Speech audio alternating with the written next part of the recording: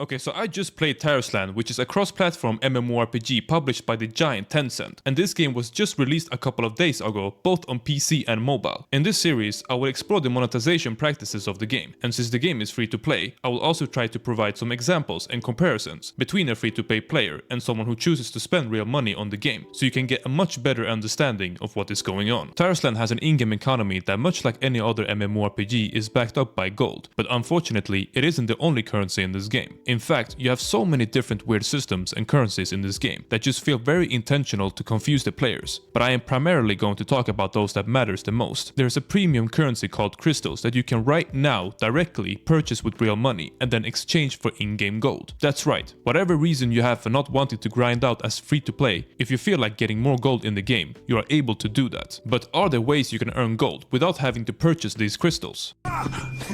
Make me believe it! Yes, yes, yes! So you can do daily rewards, such as completing and clearing random dungeons, which then in turn completes dungeon achievements, or you can get what's called Tarisland chests that are dropped in elite dungeons that have a chance of giving you gold. You can also craft items like consumables or equipment and sell them to the marketplace. All these things will give you gold. However, it's a day and night difference, I will say. If you decide to purchase crystals with real money and exchange them for gold, you will quickly realize how impossible it will be for free to play to catch up. I had something around 600 gold after doing pretty much a lot of the activities for the first few hours, and I purchased crystals for $5 and was able to exchange them and have around 3,000 gold at the end of it. I know that $5 is nothing, guys, and I don't think 3,000 gold in the game is that much either, considering that when you reach endgame you will be able to farm more gold. But let's be real here, guys, I'm not gonna spend $100 on this game just to prove a point, alright? So that's basically how you can earn or receive gold in Tarisland, but what can you then actually do with gold? As previously mentioned, you can sell items at the marketplace but also buy anything you want with gold in order to progress further in the game.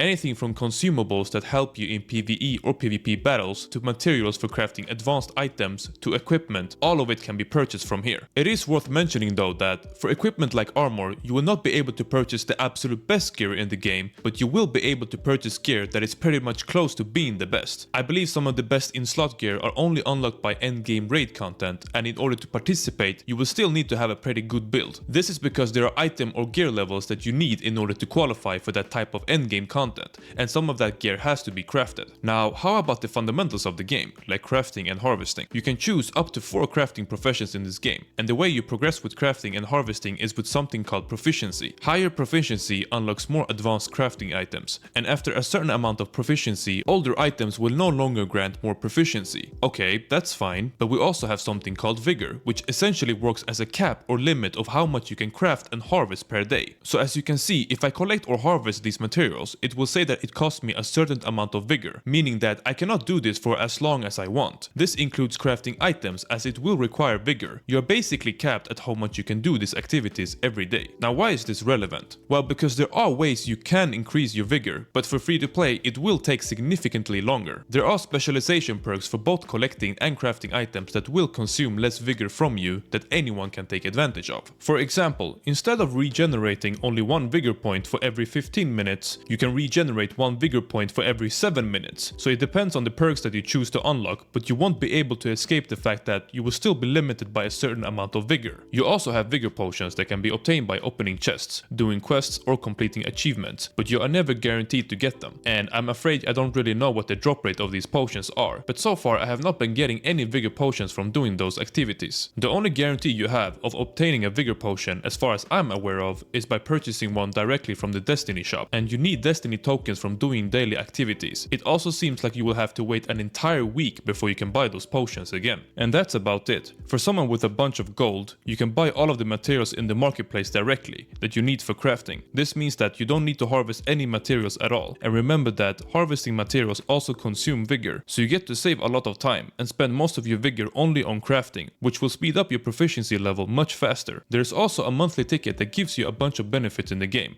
and one of them are in relation to the vigor points, which is that 10 vigor is returned for every 100 vigor spent on crafting, although anyone can buy this monthly ticket with either real money or gold, but that does mean for free to play you're gonna have to sacrifice some gold. Now enough about that crap, alright? What else can we do with gold in this game? We can buy gems directly from the marketplace and use them on our equipment to gain better stats. We can buy something called emblems that are essential resources for activating and upgrading inscribed stone nodes, which in turn gives you bonus attributes or passive abilities to the character. We can buy empowerments that will give additional bonuses on equipped gear pieces. You can also buy equipment with specific stat attributes that you can transfer to other equipment of your liking. So if you find, let's say, a helmet in the marketplace with a very attractive attribute, you can then buy the helmet and use what's called tempering to transfer that stat to your preferred helmet instead. So basically, you not only have enhanced attributes or empowerments for that specific slot, but also special aptitudes that can increase your overall power level on your character. But wait!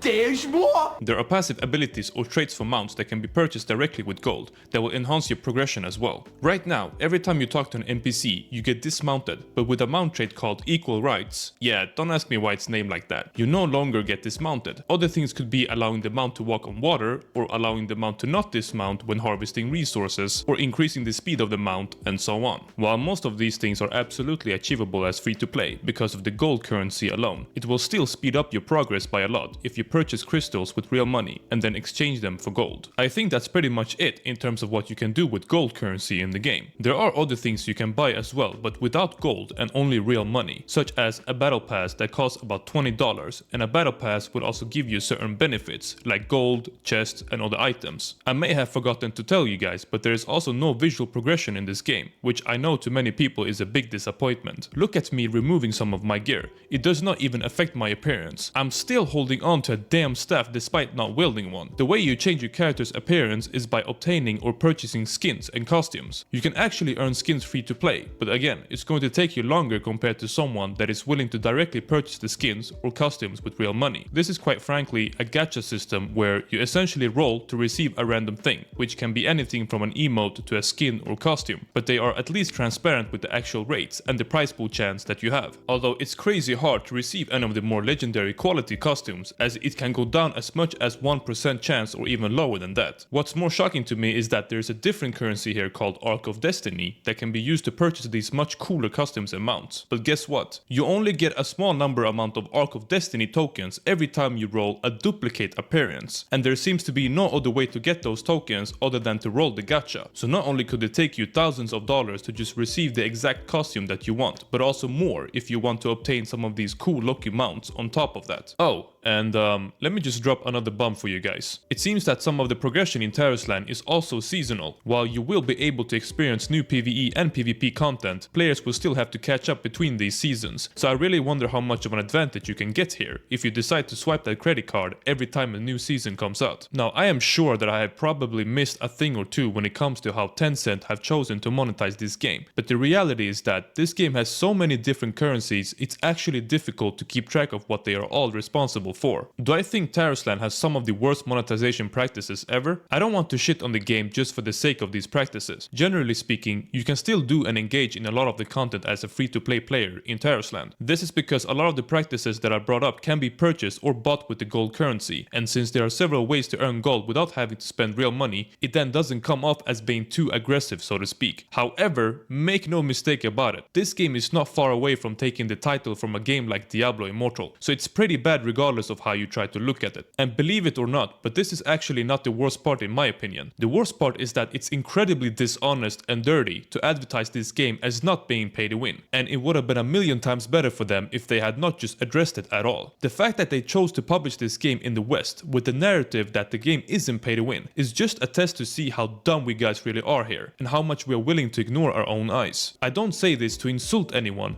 but because there were so many people in their official Discord server asking whether the game was pay to win, and others trying to justify for why it's not pay to win. Look guys, you can still play and enjoy Tarisland completely free to play, or you can choose to spend real money and purchase whatever you want in the game. Regardless of what I said in this video, the point of this series is just to inform and entertain you on this topic. I'm not gonna try and convince you to not play a game, and I most certainly don't want to get myself in trouble because of a big publisher like Tencent. But really dude, after seeing all of this, do you really need to ask if Tarisland is pay to win or not?